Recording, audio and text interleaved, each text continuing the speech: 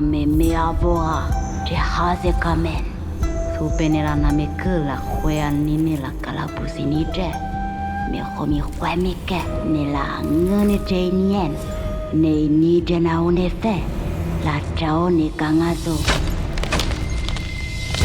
Hello, everyone, and welcome to the latest installment of the Indie Initiative from Insider Gaming. I'm your host, Mike Straw, and today I am proud and pleased to be joined by Phil Crifo, the game director from Tchia, from Erwaseb.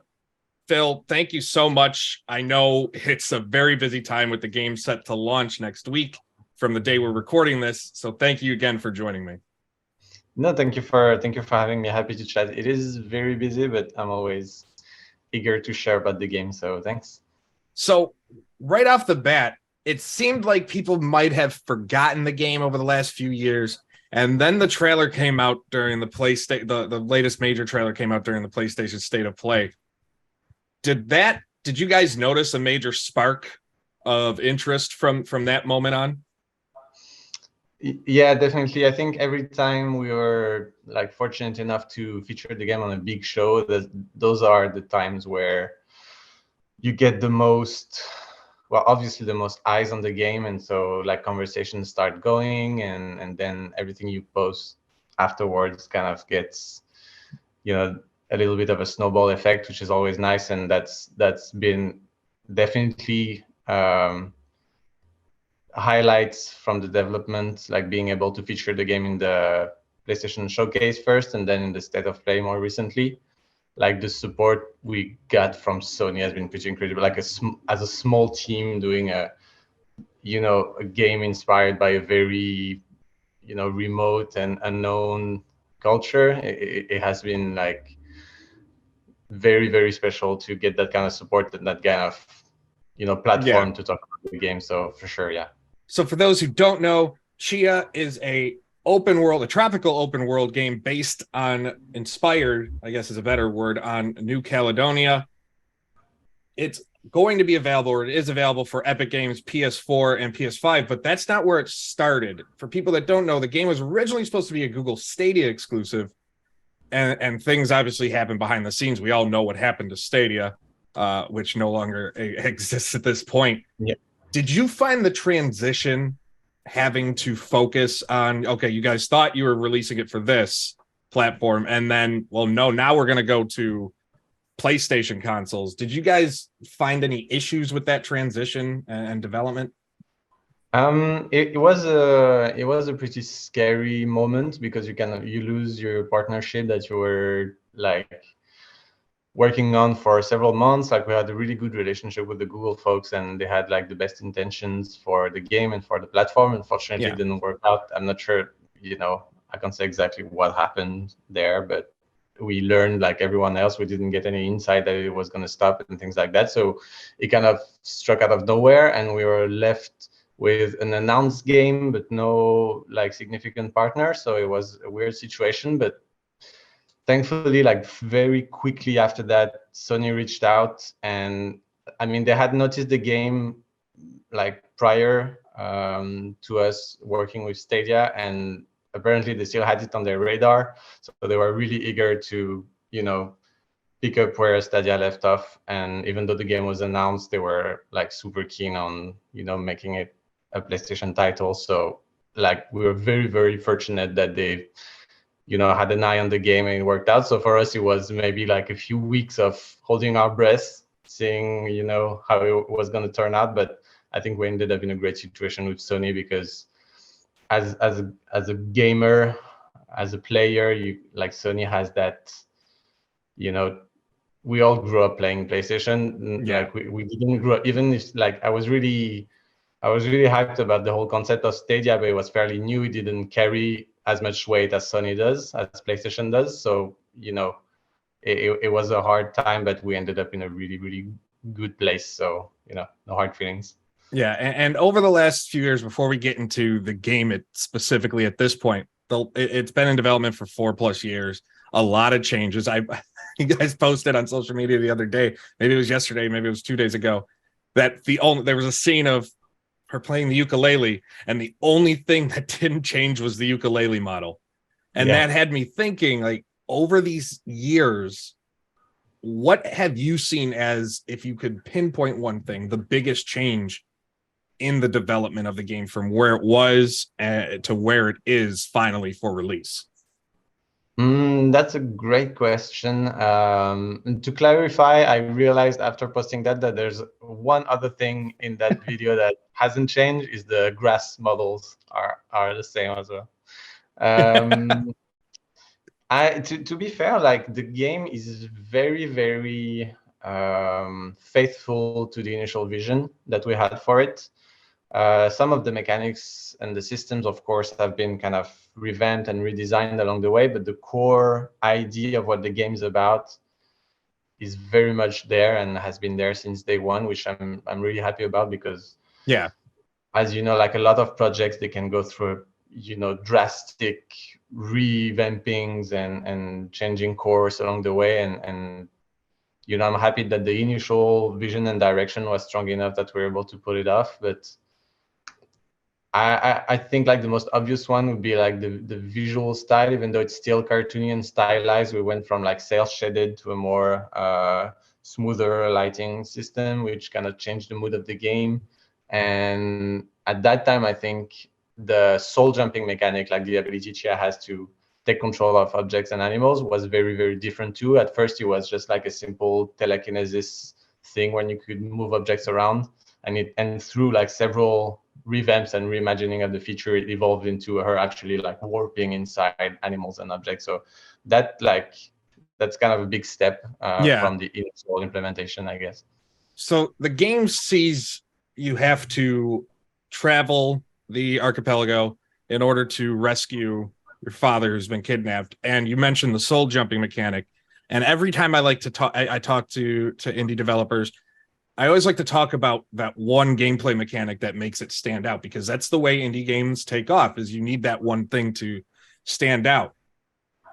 Figuring out and building that mechanic out, you kind of went into it a little bit, but how much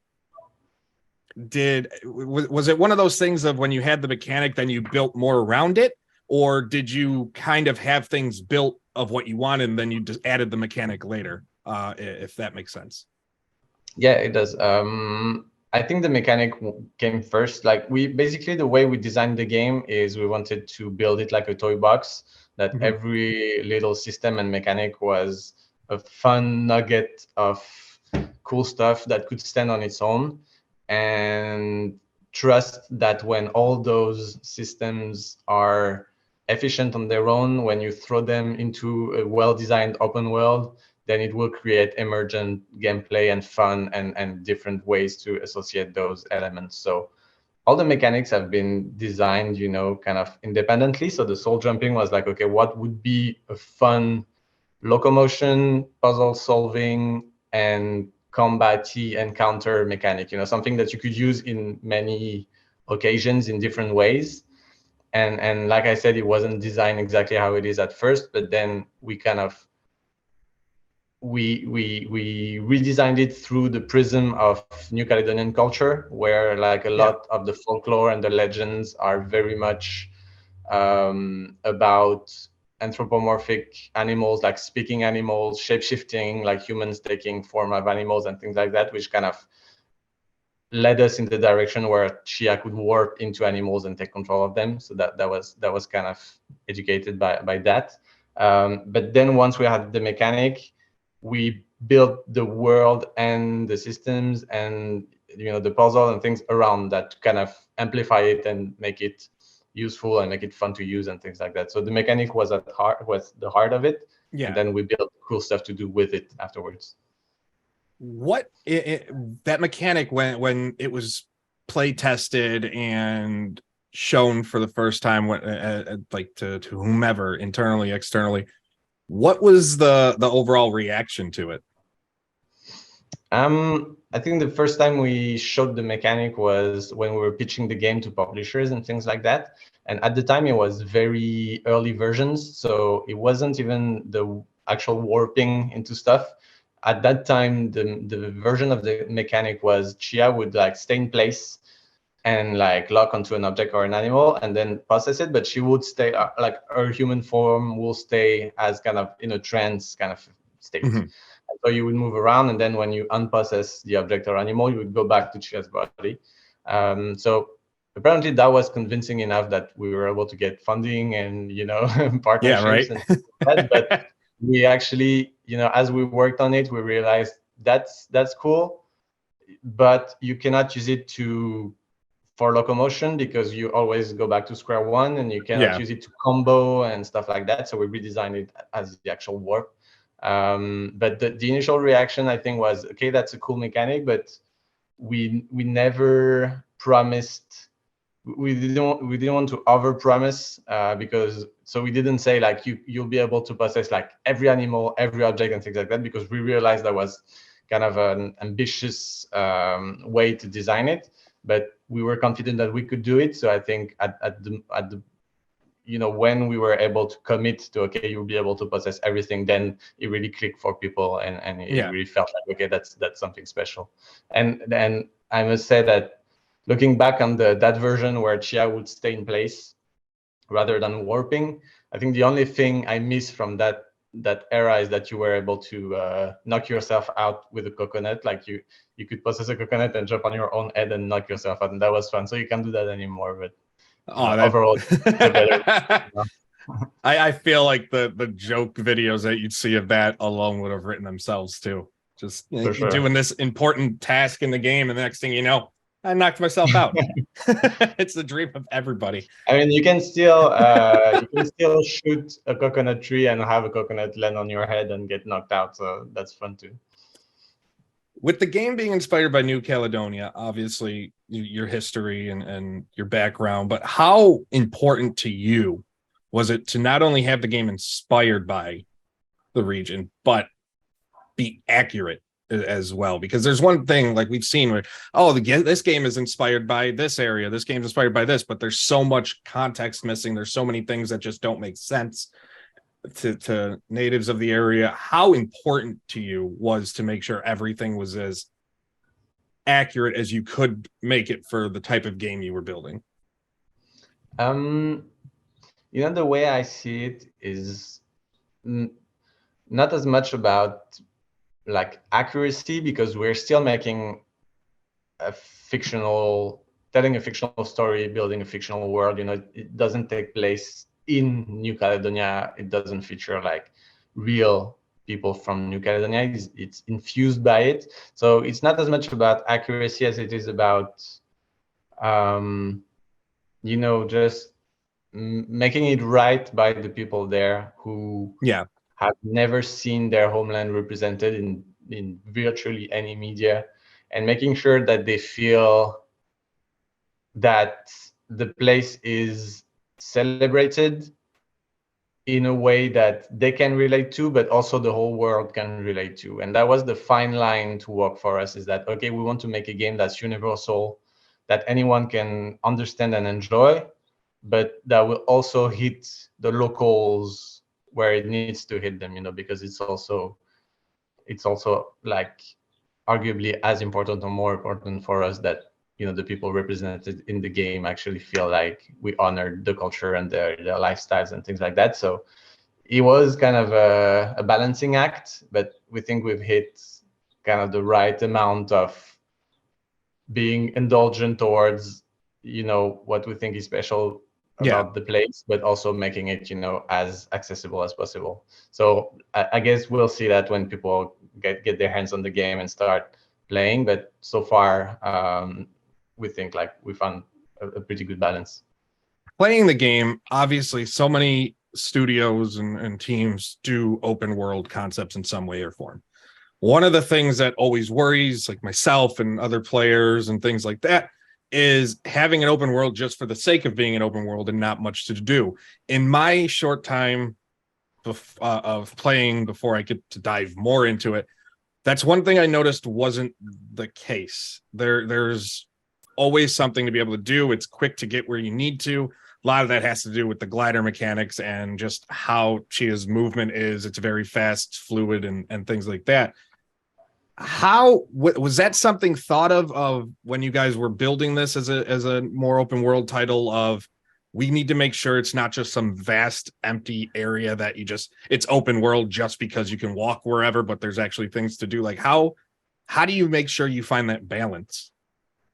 So yeah, it was definitely a concern. The thing for us is that even if we like building something huge is very taxing in terms of development time. So from the get-go, we set out to make something more condensed and more, just like the square, area would be smaller but more packed. So I think that was kind of a decision that was in part induced by development concerns, but also by, okay, let's make something that has a lot to do and don't focus on scale, because what we wanted to do is to make a game that sparks the joy of exploration. It's very much about exploration. So we felt like for that to work, and especially because we designed the map system when you don't have a player marker and things like that, for that to work, we wanted to be able for you to see a landmark everywhere you stand on the island.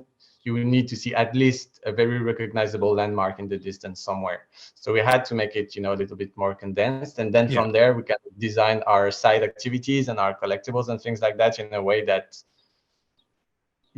filled enough space, but also left enough room for you to get lost and things like that. So I think that the world is pretty packed, but large enough that you will get lost at first. And as you progress through the story, you will get your bearings and you will recognize that landmark. Okay, that's north of the island, that big, rock formation there and things like that. So it was definitely a lot of, playtesting and mapping out the topography and things like that. But yeah, it's kind of a balancing act, and I think we found a good balance, but we'll see when we'll get their hands on it. But yeah, another mechanic of the game is Tchia's ukulele, which everybody seems to love anytime you can play any sort of instrument in a game. And with her ukulele specifically, you can use it for changing the time of the day, changing weather, soul jumping, and things like that. How did you guys determine how you wanted this to work as a mechanic in the game?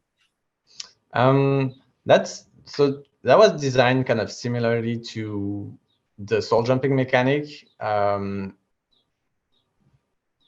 So we designed it kind of separately as that with that toy box design philosophy in mind. Okay, what would be a cool, like, contained mechanic that would be fun? Playing music, is always cool. I was really getting into guitar at the time, so it was, I was really into string instruments, and so I kind of prototyped this, and it felt right. It was just like the jamming element at first, like you could just play notes. It wasn't integrated into the actual game, which is similar to how I explained the soul jumping. And so once that felt good and that seemed like a good thing, then we sat down and thought about, okay, how does that integrate into the story and into the open world exploration part of the game? So what we did is that for the story, we integrated it into like small rhythm game type segments where you play along with characters, you bond with them over music and things like that. And on the open world side of things, it's used to trigger those magical soul melodies you mentioned. So you can use them for locomotion, like spawning magical plants that will let you bounce 10 like meters into the air, or spawn animals, attract animals, and things like that to kind of enhance that open world exploration vibe. So it was always, I think all the mechanics were designed like this. Okay, they're cool on their own, that works. Yeah. And then how do we use them for the other aspects of the game to kind of amplify everything? When players dive into this game and they spend some time in it, what is the one biggest thing that you're hoping they can take away from their experience in Tchia? If you were to ask me that, I think like early on in development, I probably would have said, the most important thing is for them to to have fun with the mechanics, like to have a fun gameplay time, to have a good time exploring and soul jumping and things like that. And I still, want that, but I'm confident that that's the case now. I think the game is really solid. Like the open world exploration is really solid. What I ended up being more anticipating is the reception for the cultural aspects of the game. I really hope like people, get interested in the fact that this is not just a fantasy world that we created from scratch and from a couple of ideas that we thought were cool, but that everything in the game is infused and based on an actual culture, an actual place, and actual people, that the characters are played by local people. And I think that's a layer on top of an already good game that like enhances it and puts it in a different spot, I think. And in my opinion, when I look back on the game and the development, I think that's definitely what makes the game special, but also making the game special. It was the trips there, like casting people there, the voice recordings in local languages and things like that. And I hope people, like, if it sparks a couple of Google searches about New Caledonia and things like that, I would be delighted. But yeah, we'll see. So I want to wrap it up because I know I'll get asked why I didn't ask, because it always happens. The game comes out, launches well, people are happy, your team's happy. What's the future for Tchia? Is there post-launch content? Is there just jumping right into a new game outside of this franchise? What's the plan for her? That's a great question that I don't have an answer for. I mean, I should probably have a pre-written like PR answer to that, but honestly, we're so heads down on finishing this game and shipping it. We're like a tiny team, and thinking about Tchia as an IP, as a franchise is really not what's happening in the moment right now. I mean, I love it, and I won't stop loving it once we ship. So who knows? But right now we're excited to ship it, get it in people's hands. And I think also like how people perceive the game and the reception will also dictate a lot of, what we want to do and what we can do with it in the future. But right now, yeah, for the next week and the weeks after that, it's very much focused on that final finish line. Phil, I want to thank you so much for joining me. When I was reached out to and told that I had the opportunity to talk about this game, immediately it was one of the more exciting games that I get to do for this series, because I've been following it since it was, when I first heard of it, it was Game Awards, I think 2020 is when I first heard of the game. Yes. And it's one of those things I've been following, and I'm just so happy to be able to talk to you. I'm happy to be able to play it, and I'm happy it's finally out, and I wish you guys nothing but the best of luck with the launch. Thank you so much. That's super nice. Yeah, 2020 seems like a lifetime ago, but thank you so much for following along. Yeah, I mean, we've come a long way. I think the game is in great shape. So yeah, let me know what you think when you've put a few hours in it. Definitely will do. Thank you so much. Thank you.